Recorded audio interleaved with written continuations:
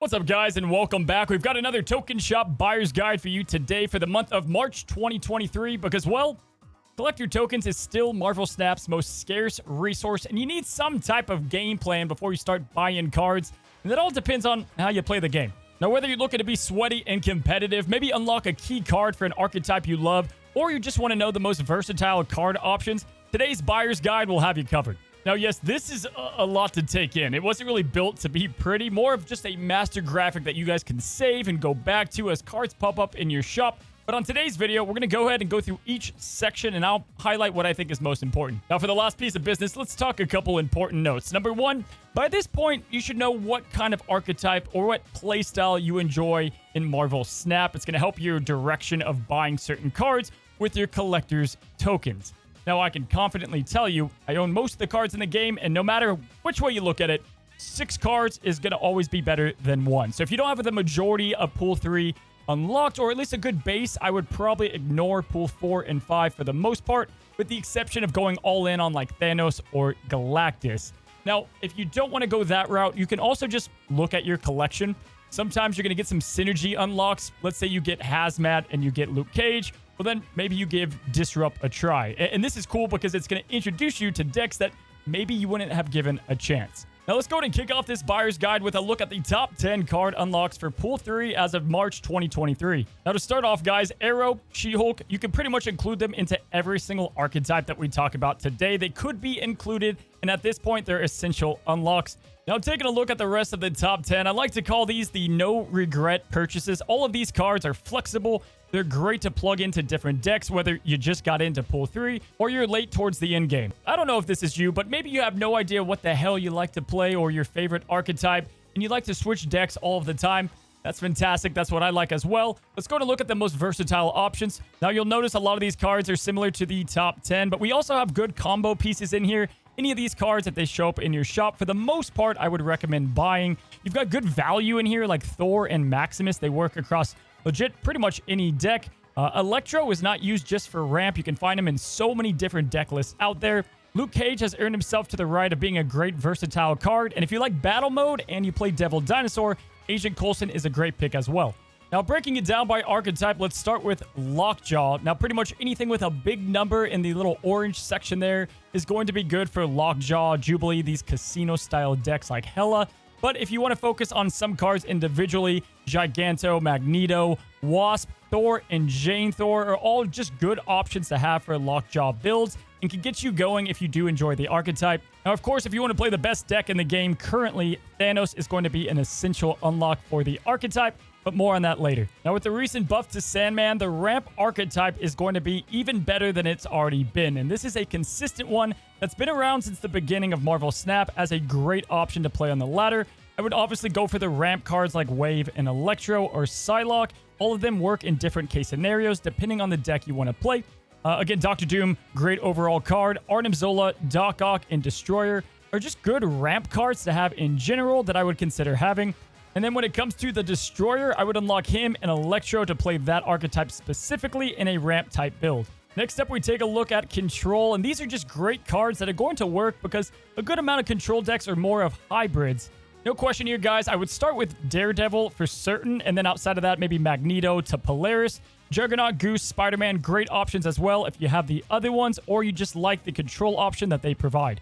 Now, guys, there's a strong argument that if the Patriot is in your shop, he should be one of the first cards you unlock, and honestly, I completely agree. The Patriot is going to work with most of the cards you already have in your collection, and you can just right off the rip have a great performing deck.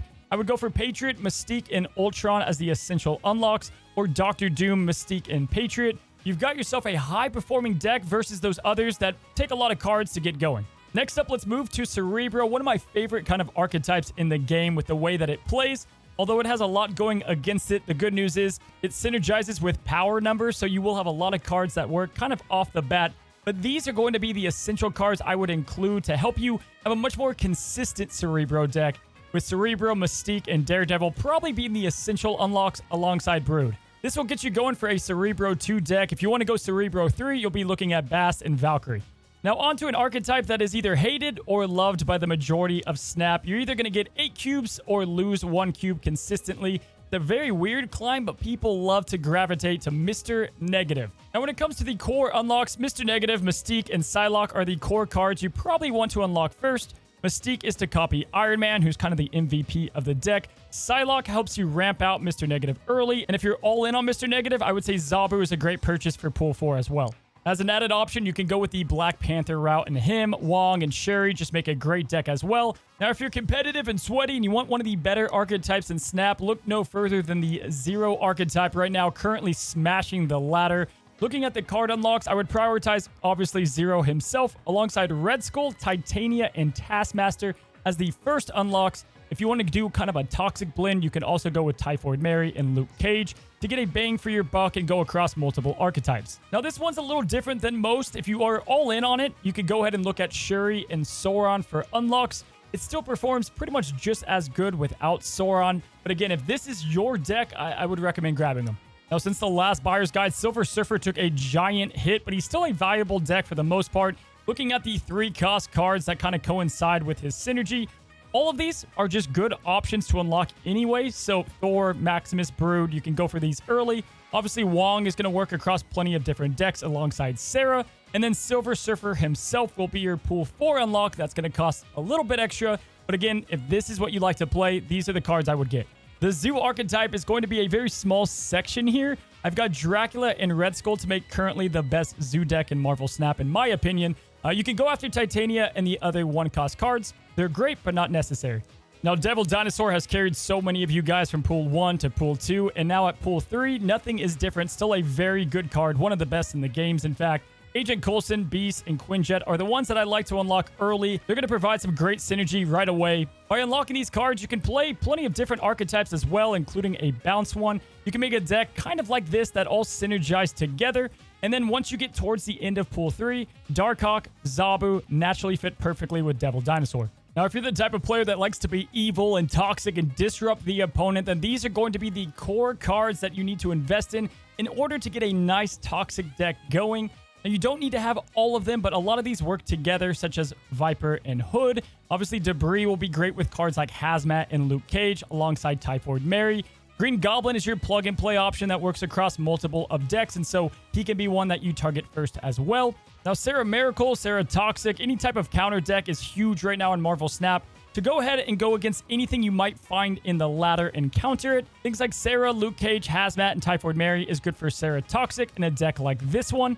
Or if you want to go with a tried and true great deck since beta, Mysterio, Rescue, you can go for more of a Sarah control build. Now that covers the sub-archetypes, if you will, or specific decks that are working great as of March. Let's go ahead and jump into the main archetypes of Marvel Snap, the ones you guys have been playing since Pool 1 and 2, and look at the best cards to unlock. Looking at On Reveal, these are going to be probably the best On Reveal cards currently in Pool 3 that are worth your tokens and all synergize together.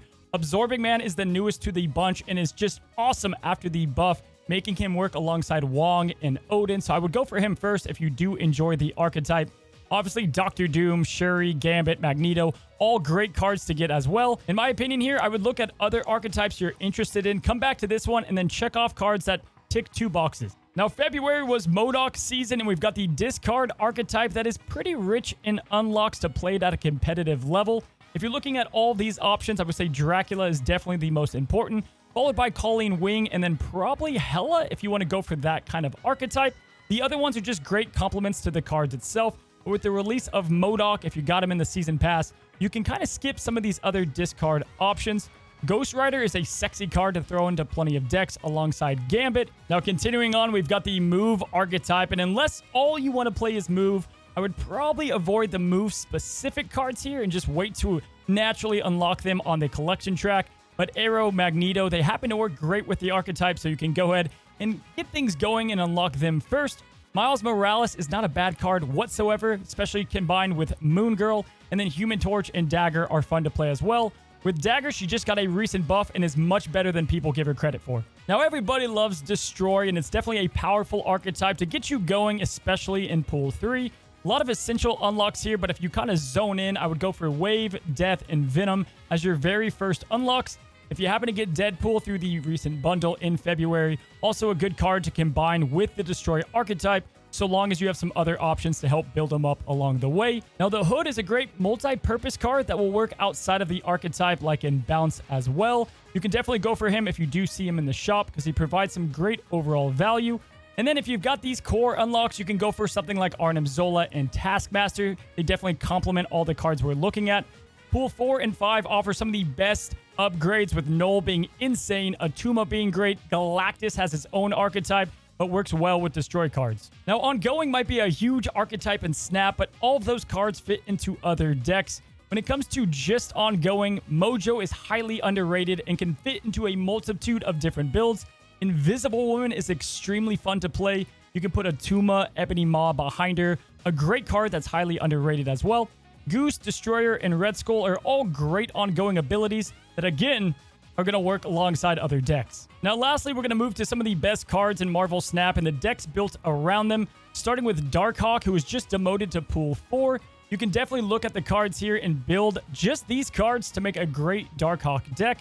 I would say Rock Slide and the Hawk is really all you need to get going, but Black Widow, Wong, all kind of complement it as well. Now, at the beginning of the video, I said do not buy Pool 4 and 5 cards unless you made some great progress throughout the Pool 3 collection. But when it comes to Thanos and Galactus, these two only need so many cards to make a very competitive deck in Marvel Snap. So let's go ahead and look at those, and if you want to go that route, I wanted to give you guys the option.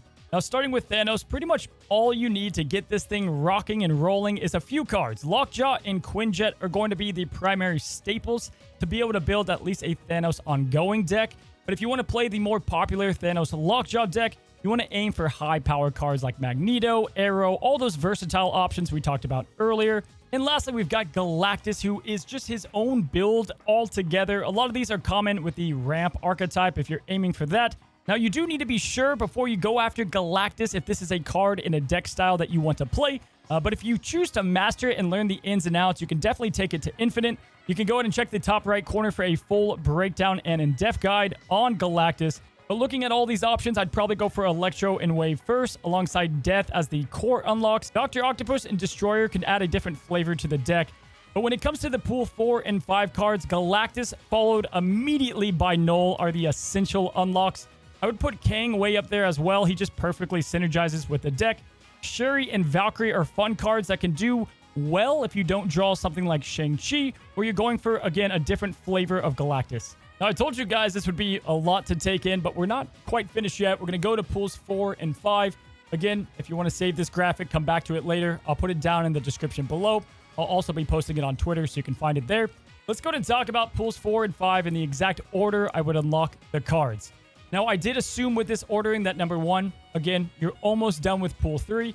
And I also definitely weighted 3,000 token unlocks versus 6,000 tokens unlocks versus how good they are in general.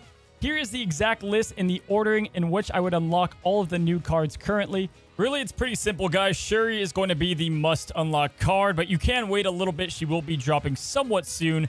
Thanos, Galactus, even Kang, you can buy pretty much at any time. They're never dropping below Pool 5, and so you do get the value and you don't risk wasting the tokens.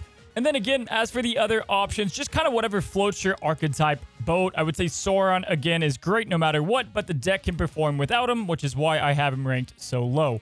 And then to wrap it up, pretty much everything below Atuma, I would probably never buy unless they get to around Pool 3, and then you can get it for about 1,000 tokens. But mainly, again, you want to save up and buy those Pool 3 cards, and then some select great Pool 4 cards. I can't even tell you guys how long it takes to put this graphic together, but I think it's one of the most important things that I do on the channel, as again, the token shop is vital to how you play Marvel Snap.